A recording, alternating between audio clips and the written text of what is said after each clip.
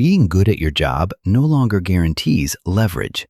You can exceed targets, close above quota, deliver projects ahead of schedule, receive strong performance ratings, and still watch your compensation plateau and your influence stall.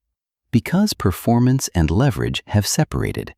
For most of the last 3 decades, they moved together. If you performed well, others depended on you. If others depended on you, you accumulated bargaining power. That coupling is breaking. Not because firms stopped valuing output, but because they redesigned themselves to reduce dependency. Modern enterprises are built to eliminate choke points, and high performers used to be choke points. This shift starts with instrumentation. Pipeline reviews once depended on managerial intuition and narrative framing. A regional leader would walk into a forecast meeting and explain why deals were real, why certain accounts were strategic, why slippage would reverse. Today, open a Salesforce dashboard. Multi-touch attribution assigns influence weight automatically across campaigns. Stage progression velocity is benchmarked against historical conversion curves. Win probability is algorithmically scored based on prior cohort behavior. Deal aging triggers automated escalation thresholds. Discount approvals route through preset margin guardrails tied to contribution margin targets. Forecast categories reconcile against system-calculated confidence intervals. When revenue risk surfaces automatically, intuition loses negotiating power. The system sees before you speak.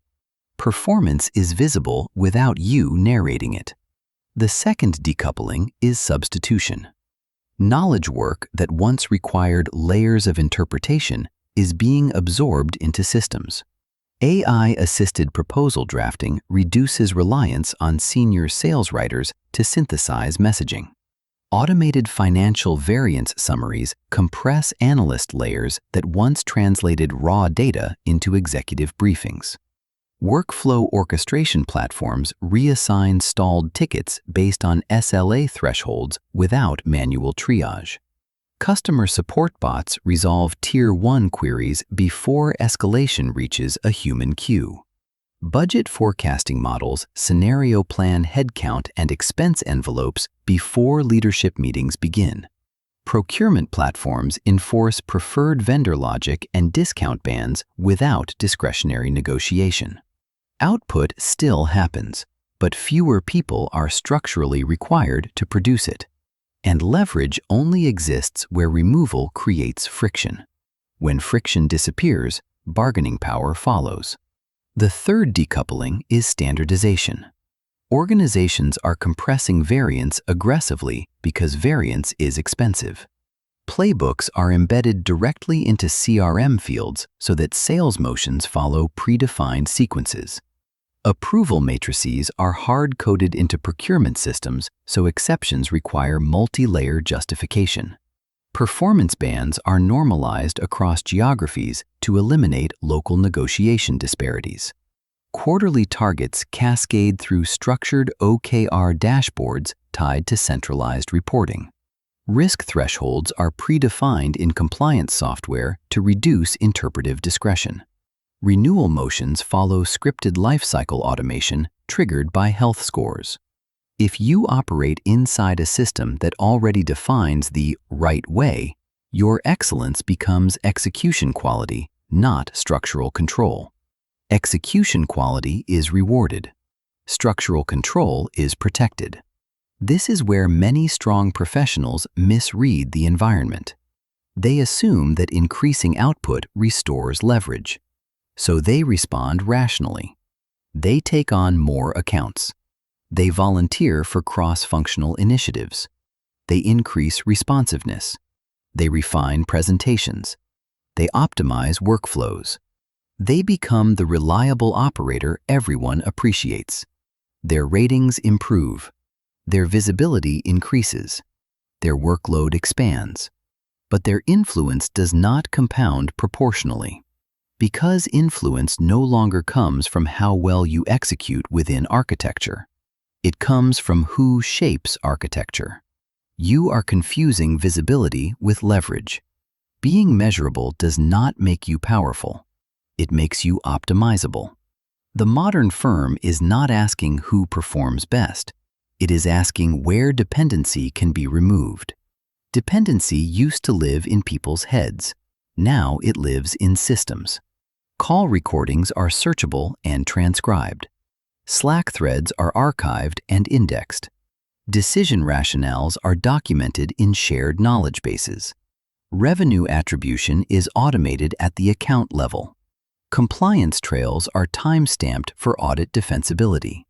Dashboards update in real time without human mediation. Workflow history logs preserve context independent of authorship. Institutional memory is externalized. When memory is owned by the firm, seniority loses exclusivity. When exclusivity shrinks, compensation acceleration slows. That is why many $100,000 to $150,000 professionals feel quiet compression. Strong review, moderate raise, slower promotion velocity. Nothing dramatic, just bounded upside. Because compensation is increasingly model-driven. Salary bands anchor to market benchmarks. Bonus pools trigger off EBITDA thresholds. Promotion committees review calibration grids.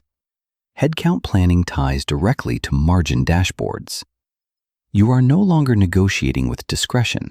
You are negotiating with constraints. And constraints are designed to optimize predictability. Predictability reduces volatility. Reduced volatility stabilizes forecasting. Stable forecasting narrows acceptable variance. Narrow variance compresses negotiation range. Compressed negotiation range caps upside, no matter how strong your output. Leverage requires asymmetry, and asymmetry requires choke points. Those choke points migrated. They now sit in platform selection decisions, budget allocation authority, data architecture control, vendor consolidation strategy, workflow configuration, and capital approval gates. These roles influence flows, not tasks. They decide which systems the firm runs on, which metrics define success, which automation receives funding, which cost centers expand, and which risks are absorbed. Execution operates inside structure. Structure determines power. This is not about talent, it is about design. Reducing dependency lowers key person risk. Lower key person risk stabilizes forecasting. Stable forecasting improves capital efficiency. Capital efficiency drives enterprise value. From the board's perspective, this is rational optimization. From your perspective, it feels like stagnation. You cannot work your way out of an architecture built to suppress dependency. You can outperform peers and still remain inside predefined bandwidth. Being good keeps you safe. It keeps you employed. But it does not move you closer to structural control. Performance is necessary. It is not sufficient. Organizations do not eliminate performers first. They eliminate dependence, and they are very good at it.